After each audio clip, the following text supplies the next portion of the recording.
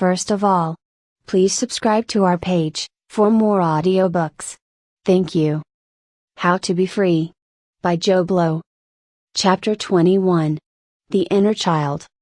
While it is true that, in our neurotic state, our inner child suffers greatly, we need to understand that the inner child is not vulnerable in the way that a real child is vulnerable. Nothing can ever kill or injure the inner child in any way.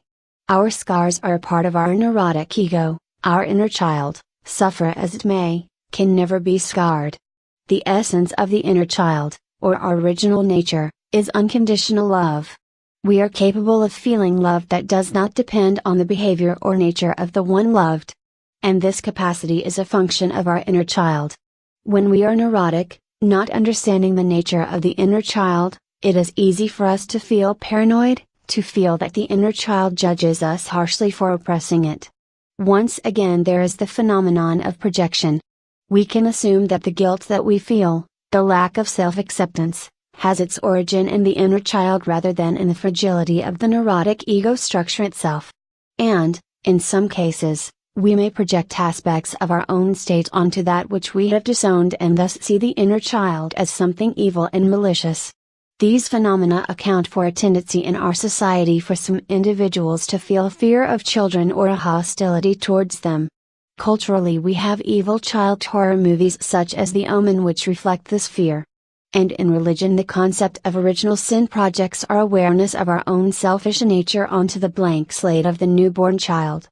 And, in the extreme, we have individuals whose fear of their own inner child, and their belief that it may condemn them, drives them to torture, kill or molest children. All of this is based on a lack of understanding that the inner child is incapable of condemnation.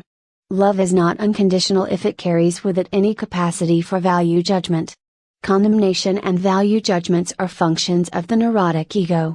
Since the voice of the inner child is the warped expression of the natural processes of the universe as manifested in the organized form of matter we call humanity, the voice of the inner child is the voice of what religious people call God.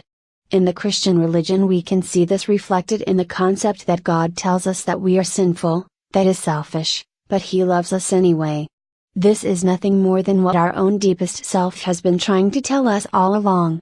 So the concept of self-acceptance is not just a gimmick to make us feel better, it is reunion with our deepest instinctive self and a realization of the promises embodied in our religions that we would someday find salvation from our state of suffering and re-enter paradise. The whole of human history has been little more than an ultimately easily cured state of insanity.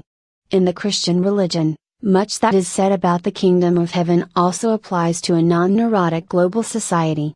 The problem with this term is that kingdom implies submission to a higher power as we have in neurotically hierarchical forms of social organization, and heaven implies that it takes place on some otherworldly plane of existence. Nevertheless, if one ignores the inappropriate name, much of what Jesus said about this state and how it might come about seems very appropriate.